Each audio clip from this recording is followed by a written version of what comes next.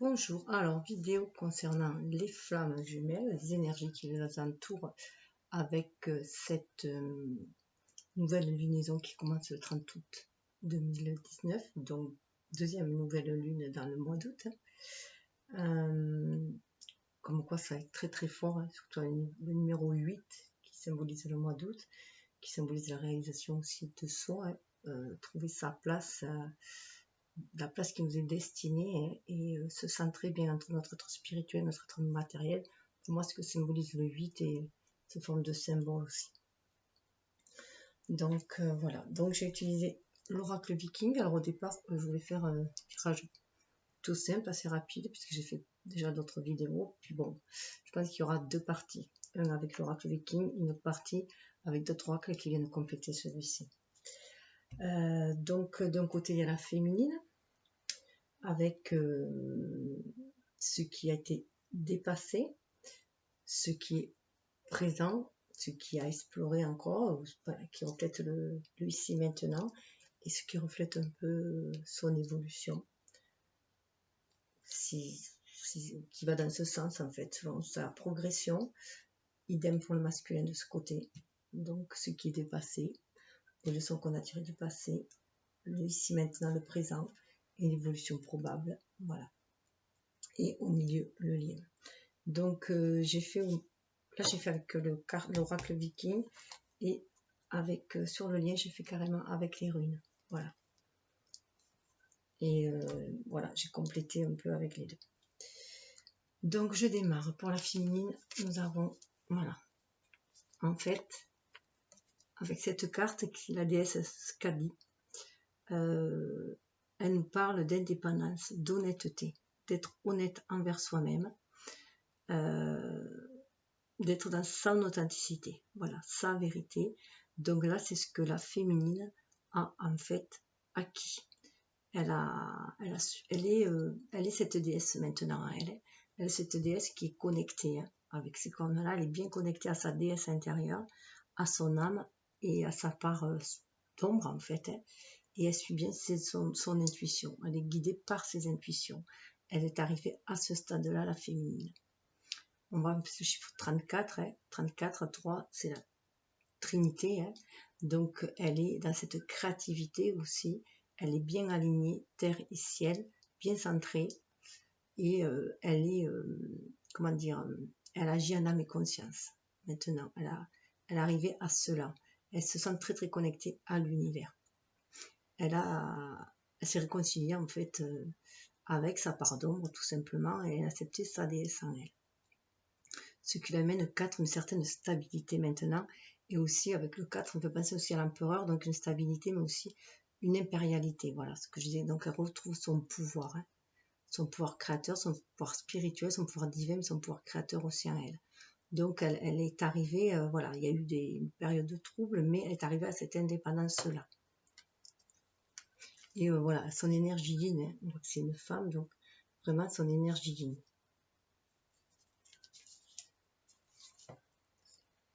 Alors là, à présent, dans son présent, voilà où elle en est. Avec nos guises, dans ce présent, on dit que quand même, elle doit maintenir cet équilibre. Alors cette rune-là symbolise, alors voilà, la rune, elle est là. En rune, c'est celle-là. Elle symbolise en fait deux arbres que l'on frotte l'un contre l'autre pour créer le feu, en fait. Donc ça parle aussi de relation, en fait, de relation de partenariat entre deux choses, de synergie, de symbiose entre deux choses pour créer autre chose. Donc là, on lui dit bien aussi quand même de chercher cette harmonie, cet équilibre en elle. Donc là, elle est en fait dans la modération. Elle doit apprendre à équilibrer, à être dans cet équilibre, cette modération qui va l'amener vers son unicité. On a 10, donc elle est à une fin de cycle aussi. Elle a une fin de cycle qui va vers un renouveau. Donc elle a œuvré beaucoup, elle a bataillé pour en arriver là. Avec le 10, ça pourrait nous faire penser au 10 de bâton un petit peu aussi. Puisqu'il s'agit de bâtons apparemment pour allumer le feu. Donc de bâtons qui se frottent, je vous laisse imaginer. Donc, ça parle quand même de nouvel amour aussi, cette carte-là, dans ce jeu-là. Mais à la base, c'est bien qu'il faut faire preuve de discernement, hein, s'interroger vraiment sur la nécessité et sur le superflu pour trouver l'équilibre. Elle doit être dans la modération, dans la tempérance, pour trouver... Et son défi, c'est cela, c'est maintenir cet équilibre. Maintenant qu'elle a retrouvé son indépendance, son pouvoir créateur, qu'elle s'est reconnectée à sa divinité en elle, qu'elle sait qu'elle est dans une... qu'elle peut, comment dire, grâce à son énergie yin, recevoir, hein. On lui demande aussi d'être dans la réceptivité, hein. Elle n'est pas forcément que dans le donner, comme les femmes, on a pu leur inculquer ça depuis des lustres, qu'il fallait qu'elle soit dans le donner, hein, dans le donner, et beaucoup moins dans le recevoir, hein. C'était surtout donner d'elle-même. Là, on nous dit qu'elle est aussi dans la réceptivité, et qu'elle peut réaliser ses rêves aussi, ce qu'elle désire. C'est l'indépendance. C'est une guerrière, hein. Voilà, c'est une chasseresse. Donc, elle est capable de s'autosuffire. Et là, on lui dit de bien, voilà, maîtriser le feu aussi, bien maîtriser aussi le feu de sa passion aussi, et le feu de ses désirs. Donc, il faut vraiment qu'elle trouve un bon équilibre entre les désirs et les besoins. Pour ne pas la menace, c'est la cupidité, donc pour ne pas retomber dans des énergies basses, des énergies de possession. Là, on lui dit qu'elle est dans une énergie d'indépendance, donc elle est sortie des codépendances, et le défi, c'est de ne pas y retomber, bien entendu, pour arriver à 10 à 1 à son unicité, à qui elle est vraiment, et aussi ne faire plus qu'un aussi avec l'univers. Donc là, elle a bien compris aussi sa relation avec l'univers, avec le feu créateur aussi, hein, que grâce au pouvoir de la pensée et la loi de l'attraction, elle peut réaliser ses rêves. C'est pour ça qu'elle est cette déesse-là. Elle a retrouvé son authenticité, son énergie. Et cela va la conduire. Alors là, on a le gardien du temps et des cycles. Voilà. Cycle lunaire, horloge fiable. C'est Mani. Mani qui représente la lune. Là. Alors la lune, c'est très rarement représenté avec un homme, mais là c'est un homme. Et là, elle nous dit que le temps est précieux et qu'il faut se concentrer sur l'essentiel. Donc on le voit bien là, elle est en train de faire le bilan aussi, le bilan de sa vie, de ce qu'elle désire, de ses vrais désirs, les désirs de son âme, et non de son ego, hein, puisqu'elle maintenant elle a réalisé qu'elle peut, que son âme, son côté, comment dire, son côté lunaire aussi, son côté spirituel, peut diriger en fait son ego pour matérialiser les choses dans la matière. Et là, avec cette carte-là, pour moi, on voit bien que c'est une énergie yang, en fait, du coup, qui est beaucoup plus intuitive. Elle a la capacité de trancher le pour, le contre, pour trouver le milieu. Hein. Vous voyez, c'est comme un bâton, hein. C'est quand même un bâton. Au bout, il y a une épée. Donc, elle maîtrise son mental et elle est aussi dans l'action. Hein. Le bâton, c'est aussi le feu de l'action. Donc, elle va agir avec le cœur. Elle peut arriver à se défendre. Ce bouclier-là est là aussi pour se défendre. Elle est devenue aussi mais c'est une guerrière de lumière, si on peut dire, hein, aussi là. Mais c'est faire briller sa lumière intérieure. Hein. Voilà. Et pour cela, elle cède des cycles lunaires. Elle sait qu'il y a un temps pour tout et qu'elle peut se reconnecter au cycle lunaire. Voilà, à sa part yin, tout simplement. Où on voyait là très très fortement. Donc, elle a son énergie yin va lui permettre en fait d'entrer en action, de peser le pour et le contre, de trouver ce qui va l'amener à l'équilibre, à l'harmonie, hein, à son unicité, à qui elle est, à se respecter aussi, à être fidèle à elle-même, mais tout en étant dans le collectif aussi, hein, puisque les Vikings œuvrent énormément pour le collectif, pour la communauté, tout en se respectant eux-mêmes. Hein. Et là, voilà, ça, on le voit bien encore, il y a le 31, on a le 3, la trinité, la créativité, c'est vraiment être aligné corps, âme et esprit, hein, va amener à son unicité, à trouver sa place dans ce monde, mais aussi à l'action que l'on doit mener dans ce monde-là. Et on voit bien que voilà, alors il se peut aussi que au niveau de la pleine lune, ça remue beaucoup, qu'il y ait un nouveau changement. Parce que pleine lune, c'est les grandes marées aussi. Donc il peut remonter certaines inquiétudes, hein, certaines récurrences, mais cela va être nettoyé, à la capacité de le nettoyer en fait.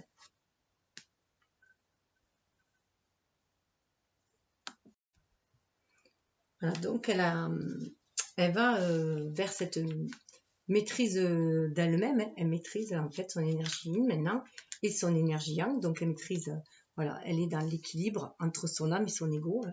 Donc elle cherche cet équilibre-là qui va mettre le feu, si on peut dire, en tout cas qui va libérer son feu créatif, hein, mais dans une belle création en fait, hein, d'être la meilleure version d'elle-même. Et voilà, il y a un feu, voilà, elle sent quand même un feu, un feu monter en elle, mais elle veut maîtriser ce feu. Elle ne veut plus se laisser envahir par les passions comme elle aurait pu être dans les vies, dans les vies précédentes. Oui, ça peut être aussi dans les vies précédentes, dans les vies antérieures, mais dans les relations précédentes. Voilà, elle veut sortir de la codépendance qu'il peut y avoir dans les relations amoureuses. Voilà, elle maîtrise son feu intérieur aussi, hein, grâce à cette énergie yin, hein. Elle se laisse plus envahir par ses instincts, qui est plus du côté de l'ego, et elle est plus dans le masculin, hein, et elle est plus dans l'intuition. Voilà, c'est plus une intuition, c'est un instinct maîtrisé, donc elle est beaucoup plus dans l'intuition et elle veut aller vraiment vers un équilibre, une harmonie. Et c'est vraiment voilà le signe de feu, hein. Vous voyez, c'est le feu, voilà. Mais elle est dans la maîtrise de ce feu. Elle essaie de maîtriser ce feu. Alors du côté du masculin, on voit que pour rapport à ce qu'il a pour le passé, ce qui a dépassé ou qu'il a transmuté, on voit alors là, c'est le Vex-Vizir, c'est le symbole de la boussole chez les Vikings. Et en fait, il se tatouait ça, ou quand ils avaient peur de se perdre dans les naufrages, hein, ils avaient peur des tempêtes, quand ils étaient dans le brouillard, c'était pour être guidé, c'était une protection. Et donc c'est vraiment une protection pendant le voyage, donc il est vraiment protégé. Et ça maintenant, il sait qu'il est protégé, il sait qu'il ne sera jamais perdu, il sait qu'il est protégé, il a retrouvé son âme, il a retrouvé sa féminine. Et là, il sent que sa féminine aussi le protège, le guide, son âme le guide, mais il partage la même âme. Donc sa féminine le guide. Donc lui libère aussi son énergie yin. Là, pour moi, il a libéré son énergie yin. Et il sent la protection de l'univers, il sent la protection de sa féminine, il est guidé par son âme, hein. Donc il sent aussi que ça le guide à travers du brouillard, parce que là, il est vraiment un peu dans le brouillard quand même, hein. Donc là, on lui dit d'aller de l'avant. Il va de l'avant, il va de l'avant dans l'inconnu avec confiance. Il retrouve confiance en lui et confiance en sa part d'intuition aussi, en sa part féminine, donc en sa féminine aussi. Donc cette carte incite vraiment à poursuivre le voyage. Donc il a vraiment envie de poursuivre le voyage. Donc c'est vraiment une boussole intérieure. Il sent cette boussole intérieure. Il sent sa féminine comme une boussole intérieure. Il la sent comme une lumière, hein, de toute façon, qui le guide intérieurement, hein. Il sent cette lumière. On avait vu dans les vidéos précédentes que la féminine était dans la lumière. Et lui, ça éclaire sa propre lanterne intérieure. Ça éclaire son âme, hein. Donc il se reconnecte à son âme. Et en même temps, c'est sa féminine qui le guide. Donc là, il est là-dedans. Et si vous le voyez bien, regardez. C'est des lettres miroirs, hein. On a 34 pour la féminine, on a 43 pour le masculin. Donc il sent vraiment, il a ça, il a acquis. C'est une acquisition, c'est ce qui lui reste, voilà. Il sent vraiment qu'il est guidé par sa féminine, il reconnaît ce lien en fait d'âme, hein, tout simplement. Et là où il est en ce moment, mais voilà où il est en ce moment, à Fridjord, je ne sais pas comment ça se dit, c'est un lieu sacré, c'est un lieu sacré chez les Vikings. Ces lieux sacrés, c'est là où ils vont pour se ressourcer, se reconnecter à l'univers. Donc on voit, ça parle, il y a l'eau, hein, donc les eaux calmes aussi, mais il y a la terre aussi. Donc c'est là où ils vont se ressourcer en fait. Ils font une pause. C'est vraiment, donc il est vraiment en période de pause et de retraite. Mais c'est pour mieux, c'est un refuge intérieur, hein. C'est pour être mieux connecté en fait à son âme, hein, et en même temps à sa féminine aussi. Sentir les désirs profonds de son âme, les désirs profonds qui les relient tous les deux en fait, hein, et se reconnecter à la source sacrée bien sûr. Et ça lui permet de s'élever, de dissiper les nuages et de s'élever, hein. Voilà, il y a des obstacles, mais il va s'élever en fait. Il va vers voilà, il y a aussi les neiges éternelles pour moi, donc il sait que c'est des passages, voilà, les obstacles sont des passages pour s'élever aussi, spirituellement. Donc là, il sent vraiment la paix, la protection, hein. Et la loyauté aussi, il a une loyauté envers cette famille d'âmes aussi, et il se sent vraiment protégé par sa famille d'âmes aussi en même temps, par la parentèle qui parle, et par les liens qui sont tissés entre les gens de même connexion, hein. Donc là, le lien est très très fort. Donc il cherche sa voie, hein, mais c'est une voie pacifique pour aller de l'avant. Il recherche la paix intérieure. Il est en train de calmer, voilà, de rechercher cette paix intérieure.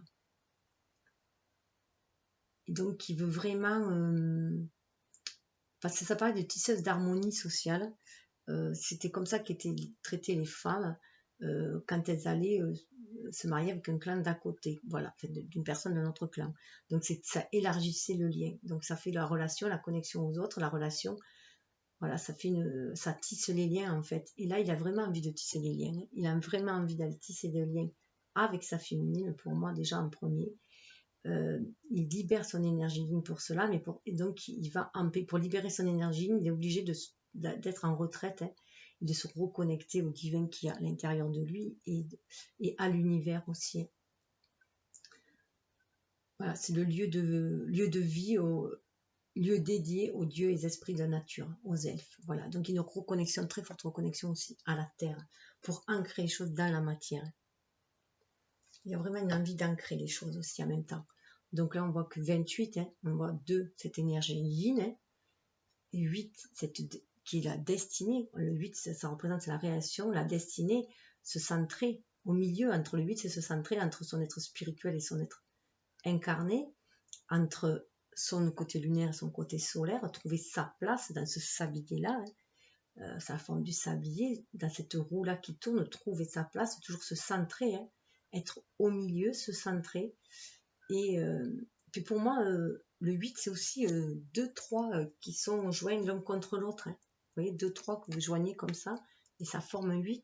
Donc c'est un effet miroir, c'est comme si le 8 était 2-3 miroirs que l'on avait mis, donc 2 personnes qui sont bien alignées, terre et ciel, bien centrées, bien dans leur trinité, pour remplir leur destinée.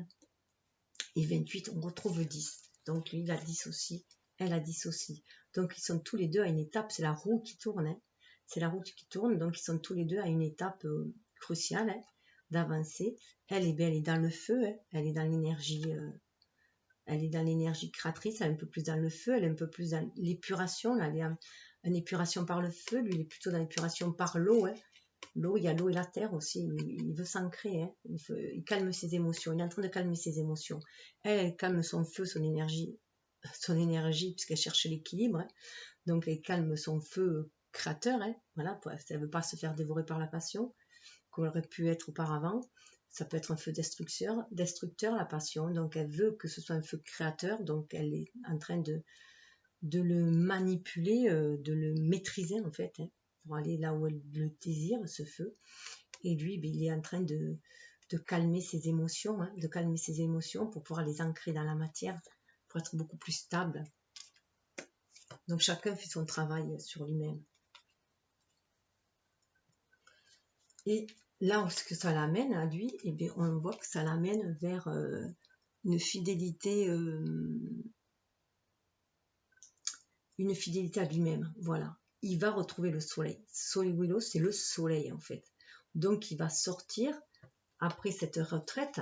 Voilà, il va nous arriver tout feu, tout flamme, hein. Voilà. Mais dans la maîtrise. Dans la maîtrise parce qu'il est en connexion. Vous voyez, il a des ailes. Il a le casque de Mercure, d'Hermès sur la tête. Donc il est en connexion là. Il est en connexion avec l'univers. C'est un signe de feu, hein. Donc il retrouve le feu en lui, cette énergie vitale. Vous voyez, il est en appel aussi. Il est en énergie yin, c'est une femme, donc il est en énergie yin, donc il est bien reconnecté à son énergie yin. Et c'est comme si là, il lui avait envoyé aussi le feu, hein, la féminine, du coup qu'il a ranimé, à lui qui a ranimé sa flamme intérieure aussi. C'est comme s'il était dans cette période-là avec le brouillard, voilà, perdu le compas viking, la boussole, et le brouillard et la paix. C'est comme les cartes de l'ermite, comme s'il était dans l'ermite, hein, en train à la recherche de sa sagesse intérieure, reconnecté à son âme, sa lanterne, son guide intérieur. Et là, il a envie d'exprimer. Voilà, son soleil intérieur, il a envie de l'exprimer à l'extérieur. Et on lui dit qu'il est sur la bonne voie. Voilà, il est sur la bonne voie, il a retrouvé son authenticité, sa vérité. Il est allé creuser à l'intérieur de lui, de se reconnecter. Ça lui a permis de se reconnecter au divin en soi, se reconnecter à la terre, au ciel. Ça lui a permis de retrouver qui il est vraiment, d'être dans sa vérité, ça l'a remis sur la bonne voie en fait. Il y voit beaucoup plus clair. Donc ça a ravivé son énergie vitale. Donc il se retrouve avec une grande énergie là.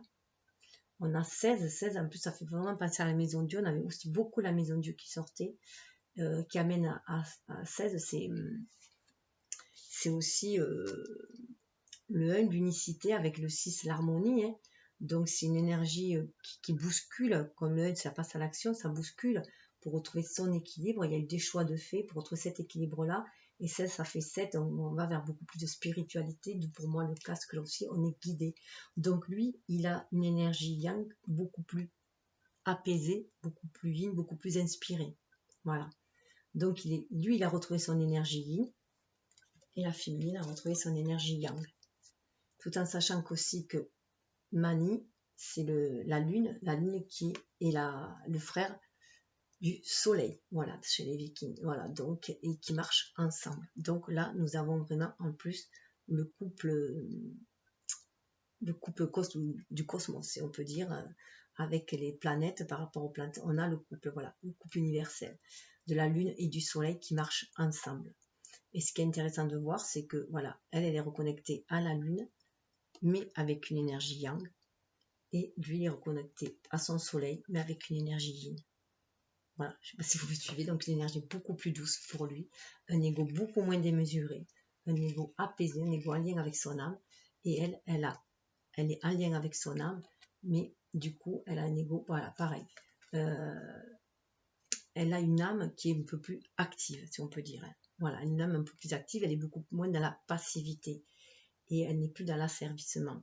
Elle va aussi s'affirmer. Donc, ah oui, et cette carte-là, cette rune-là, c'est celle-là. Voilà. Difficile à vous la montrer.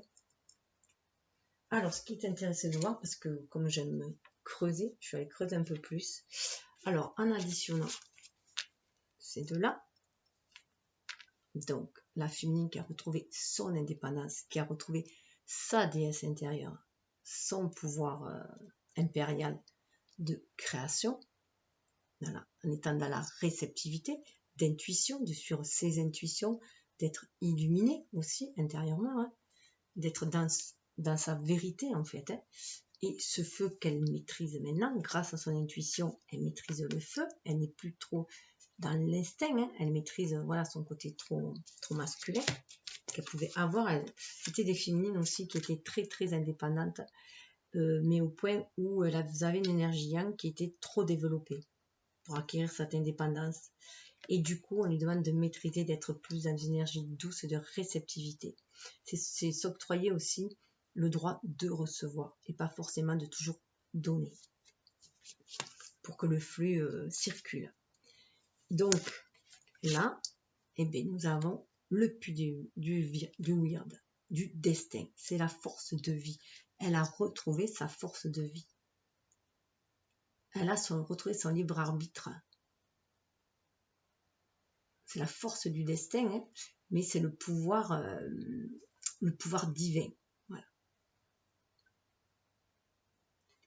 Et il y a cette maîtrise, elle n'est plus, c'est de la magie, elle est reconnectée à la magie de l'univers. Elle sait le lien qu'elle peut jouer, elle sait le rôle qu'elle joue. Voilà. Elle a retrouvé cette magie. 44, en plus, c'est les archanges aussi. Hein. Et puis ça fait 8.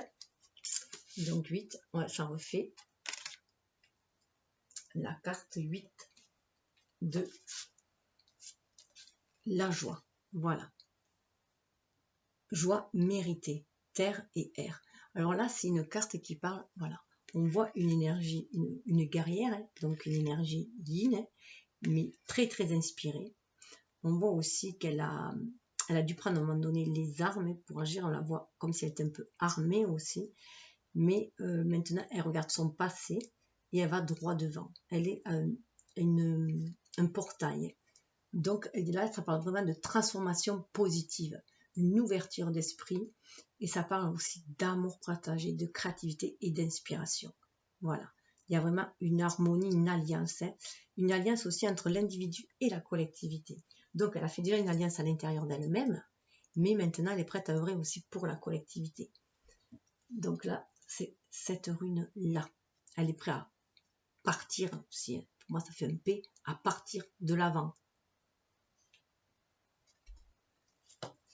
Et pour le masculin, eh bien, si on additionne le compas, sa boussole intérieure qui lui permet d'avancer même dans le brouillard, et sa retraite spirituelle qu'il fait, son refuge à l'intérieur, son refuge, sa connexion divine, ça lui amène le total, ça fait 8 aussi. Voilà.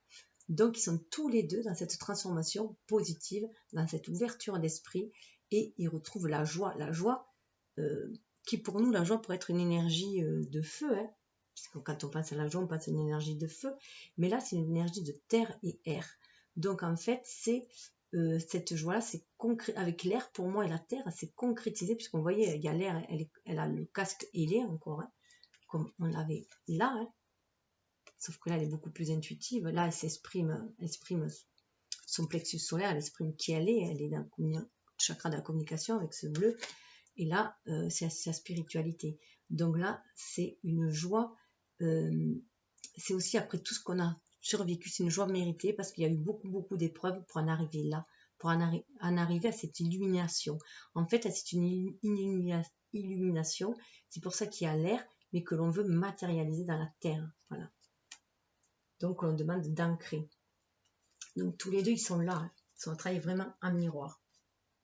Alors, au niveau du lien, j'ai eu en premier la rune de Uruk, je crois que ça s'appelle. Fému, ça dépend des... Donc là, dans ce jeu-là, c'est la 11. Dans celui-là, c'est la 11. Et dans l'autre, c'est la lune. Voilà, dans celui-là, c'est la lune. Donc ça part de bien de nourriture et de bétail. Mais le bétail, alors le bien, c'est la richesse intérieure. Et le bétail, c'est la richesse matérielle. Donc c'est comment on se nourrit aussi. Voilà. C'est vraiment que ce lien nourrit. Comment ce lien nourrit la relation, en fait. C'est sur le lien. Voilà. Donc, en carte, ça donne celle-là. Voilà. Donc là, c'est vraiment, ça parle de prospérité, de développement de ses talents, de ses dons, de sa richesse intérieure, de ses biens, de ses dons intérieurs. Donc voilà où amène aussi ce lien à développer. On est aussi à une fenêtre là qui s'ouvre, un portail, une fenêtre qui s'ouvre, une ouverture. Donc ça parle d'intériorité, mais aller vers l'extérieur. Vous voyez, il y a une connexion aussi, une connexion à l'univers avec les cornes, mais avec une envie de matérialiser. Parce qu'avec le bétail, on a envie de matérialiser ces dons-là, on a envie de les matérialiser. Et ça est symbolisé par la terre, hein, quand même. Donc, on a envie d'ancrer ces dons-là. Voilà, ce trésor intérieur, on a envie de l'exprimer à l'extérieur. Et on voit encore, on est guidé. Il y a le bâton là. Donc, pour moi, c'est vraiment le bâton avec la lance au bout. Il y a le tri qui a été fait. La lance, c'est pour agir. On agit à des actions inspirées. Et avec une certaine humilité aussi pour moi dans cette position-là. Alors, rune d'accomplissement, ambition satisfaite, amour partagé, récompense reçue. Félu promet nourriture de la plus terrestre à celle sacrée au divin. Car si le principe ancien, ce qui est en haut, est pareil à celui qui est en bas, est vrai, nous sommes aussi ici pour nourrir Dieu. Donc, c'est aussi matérialiser les choses pour que renvoyer aussi cette énergie d'amour créée en fait, et envoyer toute cette énergie créatrice, le renvoyer aussi après à l'univers. Cette rune exige un examen attentif de la signification du profit du gain dans votre vie. Décidez soigneusement si pour votre bien-être, vous avez besoin de richesse et de bien ou plutôt d'autonomie, de développement de la volonté. Vous le voyez ça notamment chez la féminine. Trouver l'équilibre entre les désirs et les besoins. Donc entre les désirs de l'âme et les besoins de l'ego. Félu désire par ailleurs conserver ce qui a déjà été gagné. Cette rune incite à la vigilance et à l'attention permanente, spécialement à des époques de chance, car c'est là que vous risquez de vous endormir sur vos lauriers d'une part et de vous comporter imprudemment d'autre part. Profitez de votre chance et n'oubliez pas de la partager, car la marque du moi bien entretenu est la capacité de nourrir les autres et l'empressement à le faire. Donc, il y a aussi cette richesse intérieure, on la développe à l'extérieur pour la partager à l'extérieur. C'est ce que l'on doit aussi à l'univers, c'est le rôle que l'on doit jouer aussi. Partager ces richesses, ces dons qui nous a dotés, de partager avec les autres pour les amplifier aussi. Et on avait d'autres cartes, notre rune, pardon, qui est la R, la roue. La roue, c'est en fait, moi ça me fait penser à la roue c'est le radeau en fait. C'est le radeau. Le radeau qui permet d'aller de la rideau, c'est le voyage, la communication, l'union, la réunion. Donc c'est déjà le voyage intérieur, le voyage de soi à soi, la communication avec son âme, l'union entre ses polarités, entre ses énergies, c'est la réunion avec son autre partie de son âme aussi, bien sûr, sa réunion aussi avec la flamme jumelle, puisque nous partageons la même âme. Vous voyez, là, c'est là, ce symbole-là. C'est vraiment se délester du passé et accueillir la nouveauté avec confiance, joie, audace, courage. On retrouve cette idée d'audace et de courage. Donc, pour moi, cette seconde carte serait quand même peut-être plus pour le masculin et la première plus pour la féminine, puisqu'on lui disait, voilà, avec le 1, on retrouvait le 1, on lui disait aussi, elle, d'être dans une... de faire part de peser le pour et le contre entre ses richesses intérieures, ses richesses extérieures aussi, être dans la modération, et comme elle est dans le feu créateur, voilà, elle est dans la création. Et voilà, pour le masculin, voilà, c'est le 5 aussi, c'est le mouvement, c'est se laisser aller aussi, sur ce radeau-là, se laisser aller sur le flux de l'univers, être en communication avec son âme, se laisser guider par sa boussole intérieure, communication avec son âme, et communication avec les ancêtres aussi, c'est aussi avec les ancêtres, avec l'univers, avec les dieux. Donc ça parle là, on a au nouveau, on a la terre et air. Voilà, on a la terre et air. Là, on avait la terre. Donc on est bien dans l'ancrage, sur le lien, on est vraiment dans l'ancrage, il faut ancrer les choses. C'est le moment d'ancrer, de faire descendre spirituel dans la matière. Ça parle d'évolution personnelle, mais aussi au profit des autres. Alors, hop. Je cherche cette rune concerne la communication, l'accord d'une chose présentant deux aspects ou deux éléments, l'union ultime qui vient à la fin du voyage, quand ce qui est en haut et ce qui est en bas sont unis et pareils. Vous voyez, il y a toujours cette idée aussi d'en haut et en bas, d'être pareil, de l'unir. Ici, la valeur intérieure s'accroît. En ce moment, vous n'êtes pas censé vous reposer totalement sur votre pouvoir. À travers la prière ou la méditation, vous adressant au moi témoin, le maître intérieur demande plutôt ce qui constitue l'action juste. Une fois que vous le savez, vous pouvez neutraliser votre refus de laisser l'action juste vous traverser. Ne soyez pas résolu à bouger, contentez-vous d'attendre.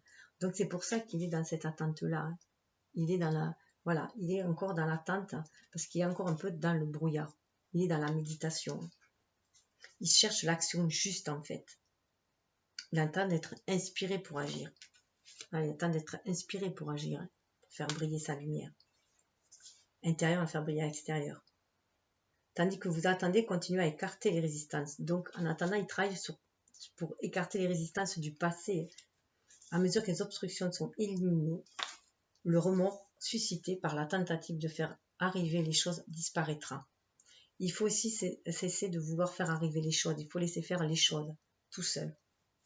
Comme toujours, le voyage va vers l'auto-guérison, l'auto-changement et l'union. Donc, avant d'arriver à l'union, il faut qu'il y ait cette auto-guérison en soi, il faut cet auto-changement. Donc, changer à l'intérieur de soi, changer sa vision, aller de l'intérieur vers l'extérieur. Comme là, soyez vous-même votre propre refuge et soyez vous-même votre propre lumière.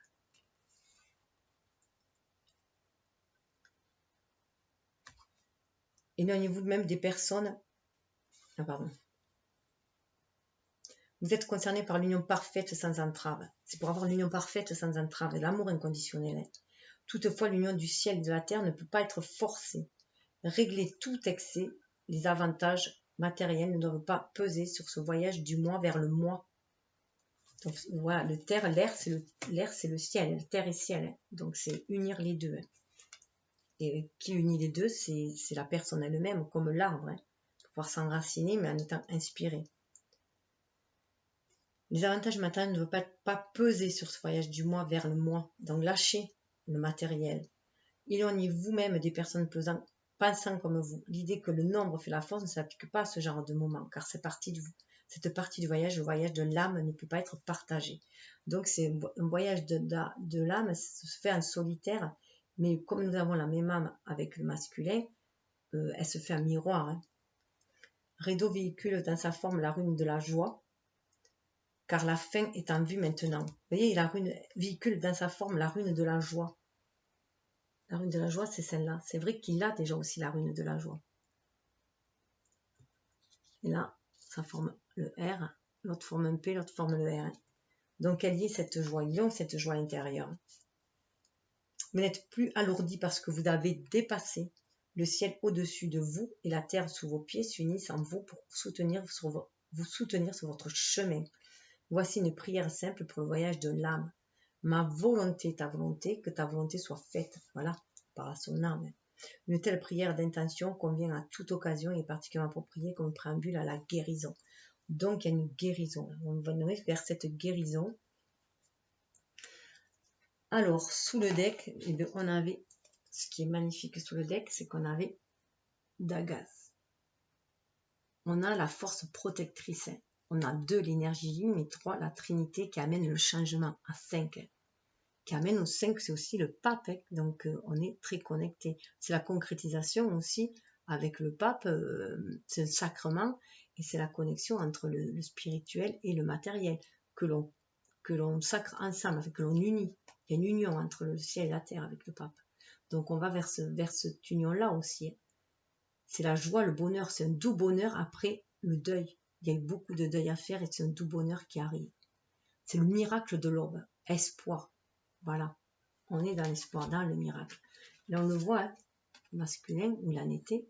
Le soleil qui brille, connexion avec son âme. Connexion, il veut communiquer aussi à l'extérieur.